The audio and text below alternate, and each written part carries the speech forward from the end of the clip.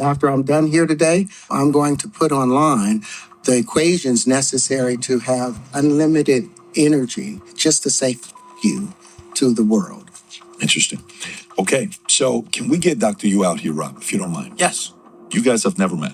Never mind. And you're currently working for NASA. That's correct. I don't have the degrees he has, and guess what he doesn't have? He doesn't have an understanding of how the universe works. You don't think Eric Weinstein He has no understanding. Entire quantum mechanics built on this model Is wrong. He's bring another dimension. Okay. If the country gets their hands on this, It's an end of America. what have you found? If I have to go to China, they won't hesitate a moment to use linchpin, which they're forcing me to do. Do you know that they took away my passport? Why does this matter? Buffy invited me. Are you saying what I think you're saying? He's like, I think he's trying to fuck you. That's what my assistant said. I was like, oh, I had no idea we're going to go this direction with the podcast. if it's wrong, you'll never hear from me again. I'll walk away. But if I'm right, after What is really going on? Terrence Howard just said P. Diddy wanted to F him. Basically, Terrence Howard exposed everyone, including your favorite musician and Grammy Award winners as well. What does Terrence Howard knows that you and I don't? You see, when we think about Terrence Howard, we think about somebody, we think about a movie star. We think about an Iron Man. We think about, different types of movies that he has been in, like Crescent City, Shelley, also Skeleton in the Closet, one of my favorite, Trumpet, Cardboard Boxer, and, one of the greatest movie I have watched, House of Bodies. That is what we think about him when we think about, Terrence Howard. And basically, he went on, the PDB podcast and started blowing it up, started releasing things and things that he has discovered. These things I've been saying on the channel in terms of my predictions and other things like that. I've been saying already on the channel. In 2019, he retired from movies and started talking about he has come up with some 90 plus patterns that we need to follow. Let's listen to him about his first retirement pronouncement on TV. Terrence Howard here. You made huge headlines when you said after you complete these 15 episodes of Empire, you got to walk away for a while or forever. For good. I mean, everyone keeps trying to tell me don't say it's forever. But I've spent 37 years pretending to be people so that people can pretend to watch and enjoy what I'm doing when I've made some discoveries in my own personal life with the science that, Pythagoras was searching for. I was able to open up the flower of life properly and find the real wave conjugations that we've been looking for 10,000 years. Why would I continue walking on water for tips? Terrence Howard said that he has been able to solve what men could not solve for 10,000 years. He has actually cracked the code for Pythagoras. He has solved the insolvable and he has released the flower of life. That means that he's not just saying anything. He knows what he's saying. He actually knows the very thing that he's talking about. The thing is that how can we that do not have the same mindset that he has be able to decode the things that he has discovered? Actually, what can we also be able to pick out from this? He said he's going to actually put it on his website, link whatever it is, that we shall go in there and be able to get those formulas and apply it to our life. That energy is part of us. We all have this energy. He also, the PD podcast also asked him, what does it talk about in terms of the pyramid? I already had this in my predictions, and you can watch it in my video up here, that I already have all up here in my videos. I already have those predictions that predicts, how the pyramid was made. Let's go and listen to him. So let's stay on that, because just yesterday we're having a very innocent conversation. Here's what the conversation was. conversation is one of our guys says, "Oh my God, this is crazy. I mean, I don't know if Terrence knows what he's talking about and all this other stuff." I won't give his name because, he's out there. And so another guy says, "I don't know, man. I think some of the stuff he says, so how do you think the pyramid was built?" "What do you mean? How do you think those big rocks where you think it was just, big slaves picking it up and put it?" "I think so." "You think men put that up? You don't think they didn't have access to something back in the days? And how come we've not had?" So he started kind of going through this. So then you see the debate, right? Your opinion. How was the pyramid built based on what you know? Well, there's a number of different conflicting ideas on it, but I just saw something very recently on Lost History, where they were showing that the bubbles inside of the granite or inside of a lot of the material there, they have these little bubbles that come as a composite. That it was not big blocks of granite that was necessarily brought up there, that they were actually mixing all of this stuff together. There's that approach. But then the idea of using resonance, something that we've always been able to use. You can, the same way you're able to blow on a sheet of paper or hum and see something vibrate, that's something flowed.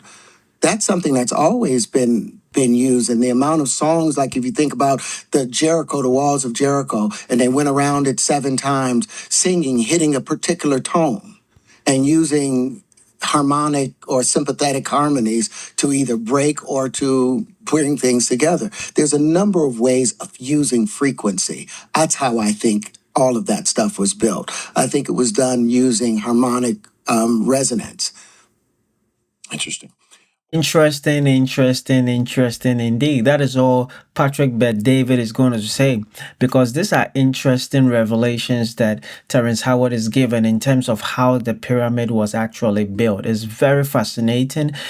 I made all this in terms of these predictions, in terms of how the pyramid was made. I gave specific in my video that I titled, secrets or hidden secret beneath or underneath, the Great Pyramids. And these are things that I give specifics of how, or the things that are beneath the pyramid and how the pyramid was built. I told you that the pyramid, was built in terms of the rocks that was used. They spoke spells on it. And here's a case that the pyramids, when you get closer to the pyramid, you can see some inscriptions on it and stuff like those are spells. Those are not just normal people writing anything on it just like that. Those are correct spells, well carved, well positioned spells. A lot of people say that the pyramid was, built in 4,600 years. For me, the pyramid has been there for 38,000 years.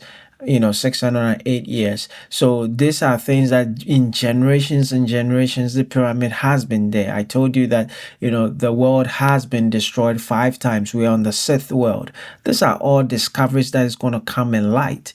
And, Terrence Howard is telling us that, he thinks that harmonic resonate was used to actually build the pyramid. It's very, very fascinating. And because he's not talking in the lens of a psychic, definitely he's going to give you in layman's term what he thinks were used to actually build a pyramid. In other words, human effort was not used, but they used something beyond human effort to build the pyramid. It was really, really carved in that way. You see, let us go. He also says something, about when you lose your man card, you are unable to get it back. Let's go listen to him.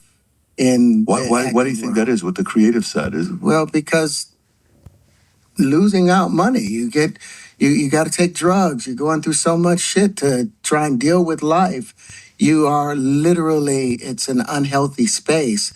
And so eventually you're going to go too far. Who knows what happened to Philip? Who knows what he had to do in order to get to where he was at? There's a lot of things that people do that end up sitting and they can't get over it. And they got to keep getting high, hoping to get it out of their head. But when you lose your man card, that's the only thing I can think of. You lose your damn man card. What is that? What do you mean by that? You give up your ability, your right to being a man. A man don't take it, a man gives it. So when you give up that man card, You don't get that back. Are you saying what I think you're saying? Now I'm saying what I'm saying. You don't get that back. You come into this world as a man one time. You give up that right for anything, for fear of being hurt, fear of somebody doing something, for wanting to gain something. When you give up that man card right, you lose some spiritual energy that has always been pushing through. Like if a woman gives up her womanly right of being a mother and taking care of her family and do all those things, when you give up those things, but when you give up your manhood, I've never seen somebody recover from it. That was all the people that went to the puffy parties. That was all the people that did all those things thinking that there was never going to be a consequence for what they were doing. Got punked out and pimped out by some greater desire. You should have a greater desire than being a man. So I believe that's a big problem with a lot of the actors out there because they get fluid. And next thing you know, once you go fluid, it's gone. You don't have any foundation to pull yourself back from. So maintain your man card, no matter what. Man, I mean, one of the things you're seeing, you went to a whole different place. Sorry. No, I get it. So you see some guys struggling with that. You see Bieber struggling with that. You see some of these guys struggling with that. They can't get it out of their head. They can't get it out of their head. The things that they did, no matter how they did it, whether they were drunk or high or whatever, you gave up your man card. You need therapy. And that's the thing that hurts them the most. And so they end up on drugs, end up every way to try and get rid of any principles there are. And that's what the business does. And the women that trade their bodies to go and get the role, they get to the point where they have their Oscar, they have their money, but they don't have their dream. They don't have the soul that they started with. So it's like achieving don't mean anything. If I get all the Nobel Prizes from doing all of this, but in the process I have to trade out all of my integrity to do it so that they can stay in place, what benefit is that if I lose my integrity? You got to go in as a principal. And what we were brought in here as men. We produce 1,500 sperm per heartbeat for a reason, because the aggression is necessary. You don't trade that in, no matter what. Hey, did you ever have the opportunity where you got invited and you said no to it? Hell yeah.